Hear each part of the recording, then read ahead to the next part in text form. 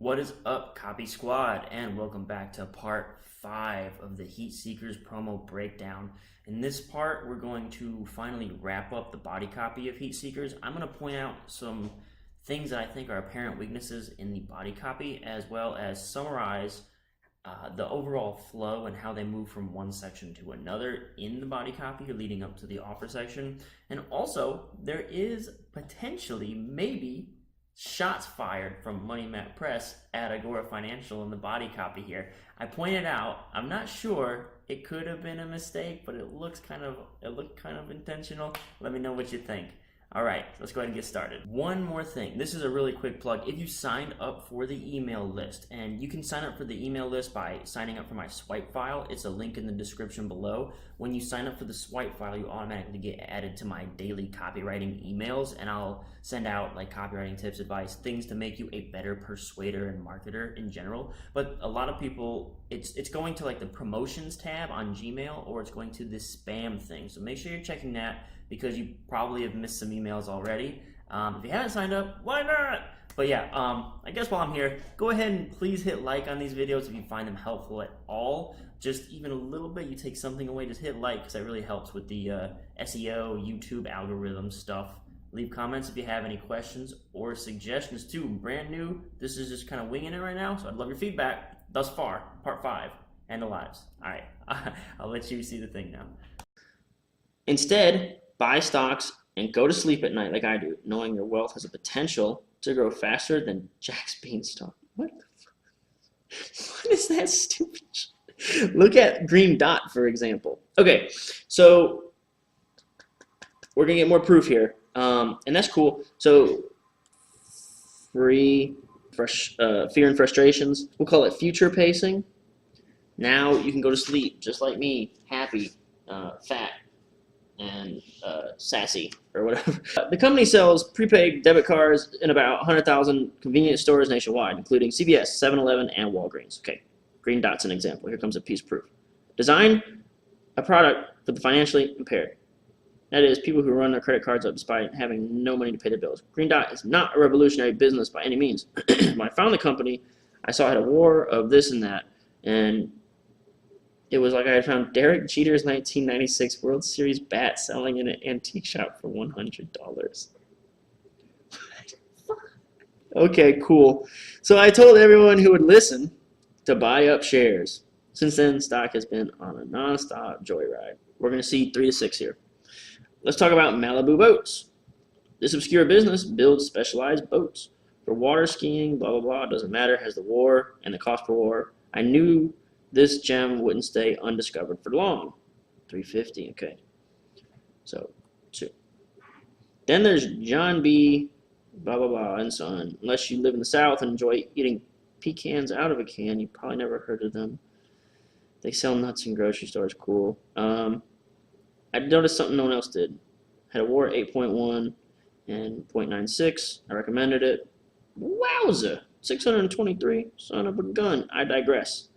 There is something I haven't told you that I need to get off my chest. Okay, so there's 3 pieces of proof, right? All right, let me see if I can dig into any of this any deeper. Yes, I can. Okay, cool. So he said, I proved my point. And then the next thing he said was, he painted a picture of future you, okay? So it's not, you can't just paint the picture and then provide, and then, like, you can just paint the picture and then provide proof, but you gotta understand the why. So why did he do that? Because this is actually a claim. And once you provide a claim that you can do this, you need proof. My brain's getting a little mushy here. Usually when I'm doing this by myself, I can kind of like blitz through it a little bit better. But hey, man. Boom. All right. So let's see if there's a benefit. I mean, the benefit is kind of like one of those self-explanatory benefits where, I mean, 623% gain, that's kind of a good benefit. Yeah, so this is your benefit, man. The benefit is the proof is in the pudding, so to speak. Like, the benefit is the proof.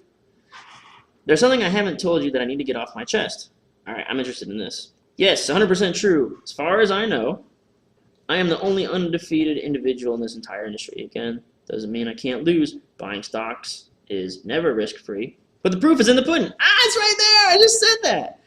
I've yet to close a single losing trade, and I don't plan to. And the reason I've been so successful is not just because I love baseball, not just because I've read thousands of books on finance and economics, not just because I use sabermetrics to find winning stocks.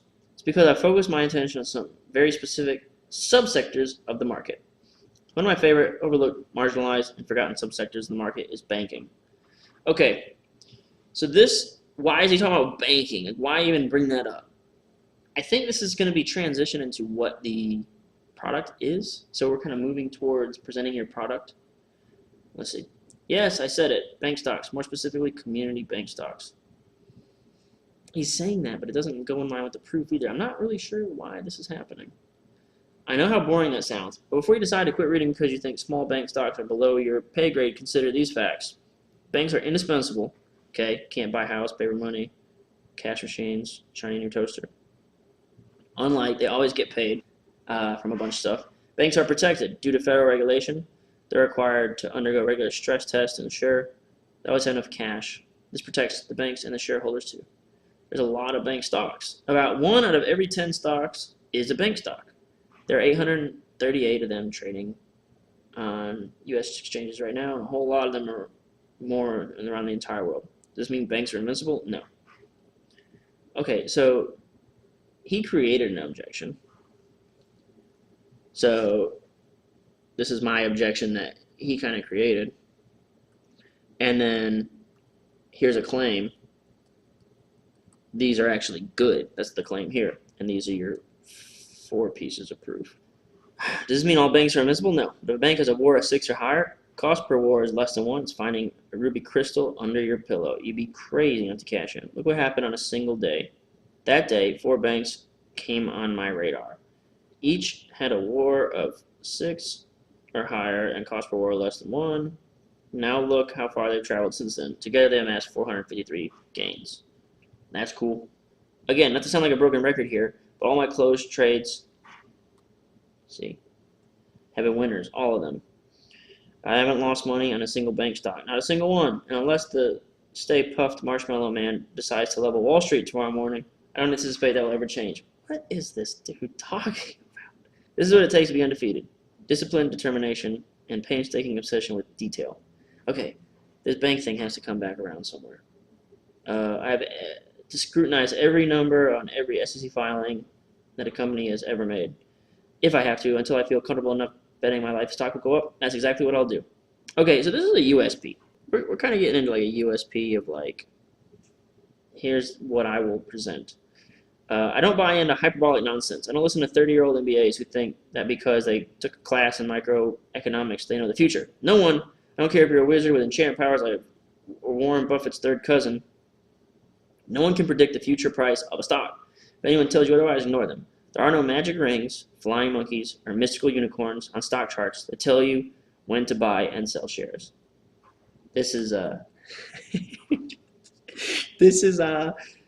this looks like Vertical Fortunes, which is an Agora Financial promo. This is exactly how the Vertical Fortune system is. It says when these 3 lines cross, buy here, and you'll make a bunch of money. So taking shots at Agora right now. Kind of looks like it. All right. There are nothing but gimmicks crafted by lazy people who have 0 talent, big egos, and the attention span of a 4-year-old. Mean! All I care about is one thing, winning, pure and simple. Small bank stocks have made me rich beyond belief, and I have no doubt they will continue to be the market's most prized assets. I say that for many reasons. President Trump's tax laws, banks are going to see taxes cut. Dodd-Frank rollback allows banks' assets under 250 to be completely free of regulation or oversight. Because the Fed is on a mission to shrink its balance sheet, interest rates will very likely rise. This means profitability on loans could increase tenfold. Those are good points. I hate quoting the media. But even the doofuses at CNBC now admit the banks are entering a true nirvana here on Earth and are about to do very well for a long, long time. So, no. Bank stocks are not sexy. They are not in the news. They're not trending on Twitter. They're boring as hell. But so freaking what? If boring means never having to lose money, if boring means having an average gain of 70% like I do, then I'll happily engrave boring on my tombstone. When I die, it'll hopefully say, Tim Melvin, the boring redneck who destroyed Wall Street. Dude, they are just beating us over the face with this redneck angle. It's crazy. But again, banking is just the first of 4 subsectors I target in the stock market. Okay. I don't feel like that came up earlier. I'll tell you about the other 3 in just a little bit. First, let me say, harnessing sabermetrics to uncover these diamonds in the rough have made me richer than I ever imagined. Long gone are the days when I had to wash dishes or sell Electrolux vacuums door to door. Well, I won't say I am. I'll say I was like you.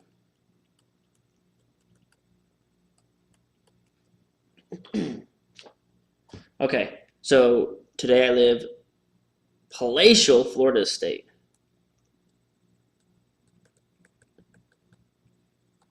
This is painting the picture of a future him again. From my back porch, I can see nightly fireworks. I don't care in the world. I'm living proof, while not everyone can become a great investor can come from anywhere, even you.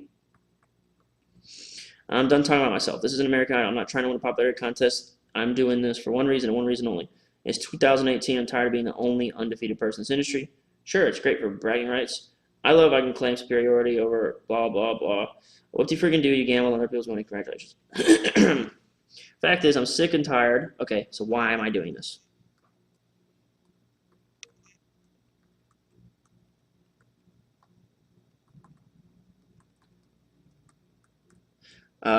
Here's his claim. There's probably not going to be any proof here, but you kind of have to answer the why are you telling me? Why tell me? And that always comes right around the offer. Like we're about to get into offer mode. And the offer is always the last 30%. So that would make sense that at page 20, we would start to see the offer section. And we'll pause there again. I'm sick of watching millions of Americans get suckered into bad investments. I can't read a single article, blog, or op-ed without being subjected to bombardment of bad information spewed from the mouths of bad analysts, bad forecasters, and bad journalists. Makes me nauseous. So I'm taking a stand. I want to fight back against an industry that I believe is filled to the brim with propaganda ministers, amateur artists, and tired has-beens. For once, I want to help other people who are losing money on stocks because they're being fed bad advice. I go on for hours, so I'll make this quick. Sabermetrics is a mythology born simple idea. You should never judge a book by its cover. It's about looking past the perceived flaws of a player and defining talent and skill others can't see. It's been proven. 2008, Barack Obama used sabermetrics during his campaign to rally individual voters. It's proven. He's still proving that sabermetrics is a thing that works. 2014, Spurs used their own version to win NBA championship. They were named best analytics organization in the country. 2017, the owners of NHL, newest hockey team, Las Vegas Golden Knights, used sabermetrics to assemble a roster of players. Team made it Stanley Cup Finals. Today, Hollywood producers are using the principles to create hit movies. Even the military uses their own form of sabermetrics to combat insurgencies. This is 4, 5. And it gives me great pleasure to announce the unveiling of my market research that applies sabermetrics to the stock market. Okay, all these successful organizations are doing it. Now I'm doing it. Let's go. Tim Melvin's Heatseekers. There it is. Intro the newsletter. We're in offer mode now. All right. So let's recap, okay? Because I know this is a really long recording. So in the body copy, we had to prove that sabermetrics. First, we had to introduce what's our magic bullet. We had to explain it in layman's terms so that a regular person could understand it. Then we had to throw the technical stuff out and prove that we're actually super smart and this is not something that you can do on your own. Only we can do this for you and help you out in getting this done. Explain how the system worked in layman's terms, the technical. Then he started showing us proof that it works. And then he was able to take, and this is a clever way to prove it, was to take snapshots from years ago and say today they've gone up. It's probably not the most powerful. It doesn't show I think the best piece of proof you probably want to make would be something like, I entered this trade on Monday, and by Saturday, I made 700%. Those are the ideal sorts of things. But when you're trading stocks and not options, it's going to be a lot harder to produce those kinds of gains. So he's really focused on the fact that it's pretty damn surefire, 98%. It's always out of 94 stocks, 92 of them have gone up. So that's what the whole body copy is. We really got to piece together.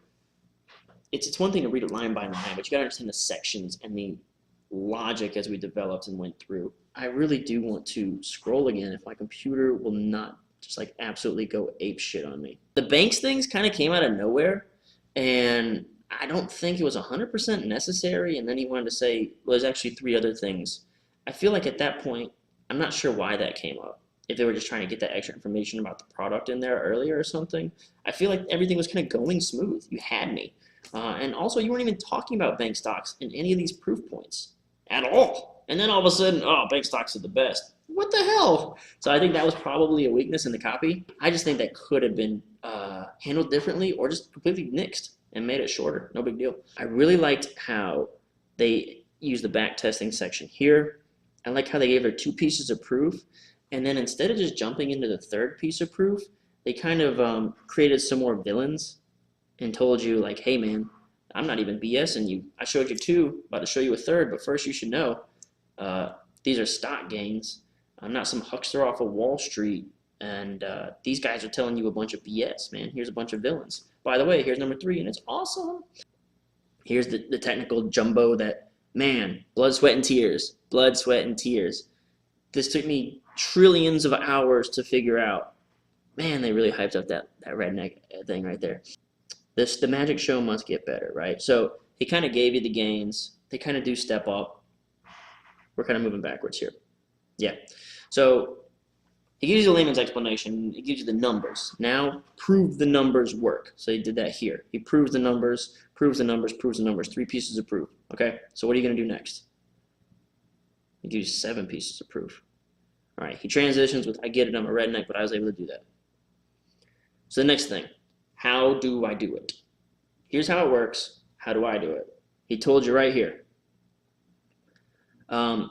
It's really difficult, like he says right here, like this is like impossibly hard to do if you're a regular person, but hey, all that you really need to know is you can make a ton of money. With this thing, I don't want to say it's not difficult. I want to say it's like, it's basically saying anyone can do, right? It's not after hours or special permissions or anything like that. Anyone can do it. And just for fun, I went and saw, hey, does this work for everything?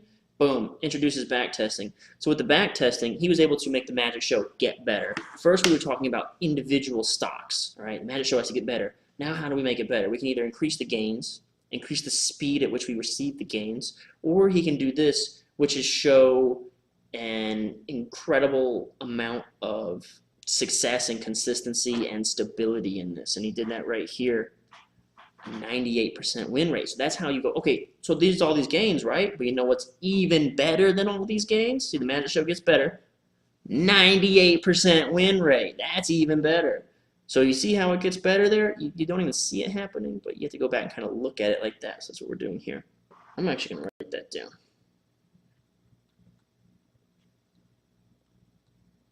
After individual gains, step it up with, man, I'm trying to think of the word for it. I would say risk aversion.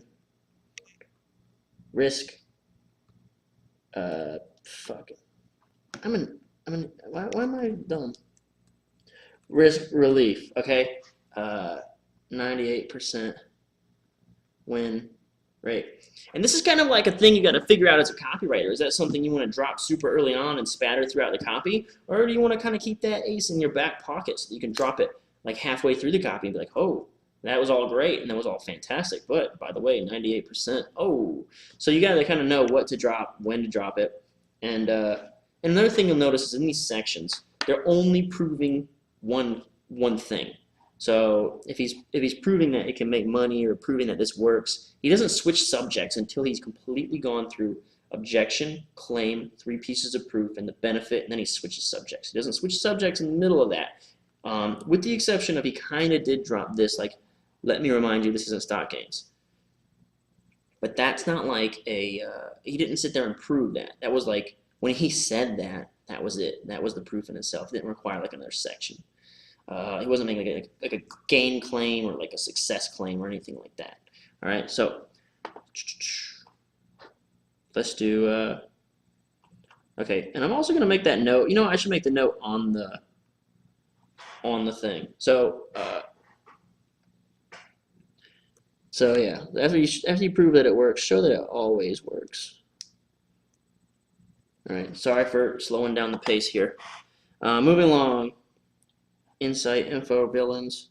Yeah, I had a hard time labeling this. If someone in the comments can tell me a better way to phrase what I'm trying to say right here, I'd appreciate it. Hopefully someone smarter than me knows what to say there. Better than. So when you got something not very impressive, say it's better than. So for instance, if I say, you made 108% gains in 2 years, it doesn't sound very great. Not in the world of free or finance newsletters. It's not very impressive. However, I can say, that's 2 times better than the S&P. So that's what this basically says. 54% of all stocks have gone up.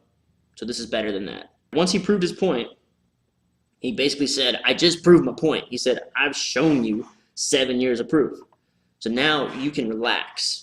Are you sure I can relax? Yep, let me show you. Boom, boom, boom.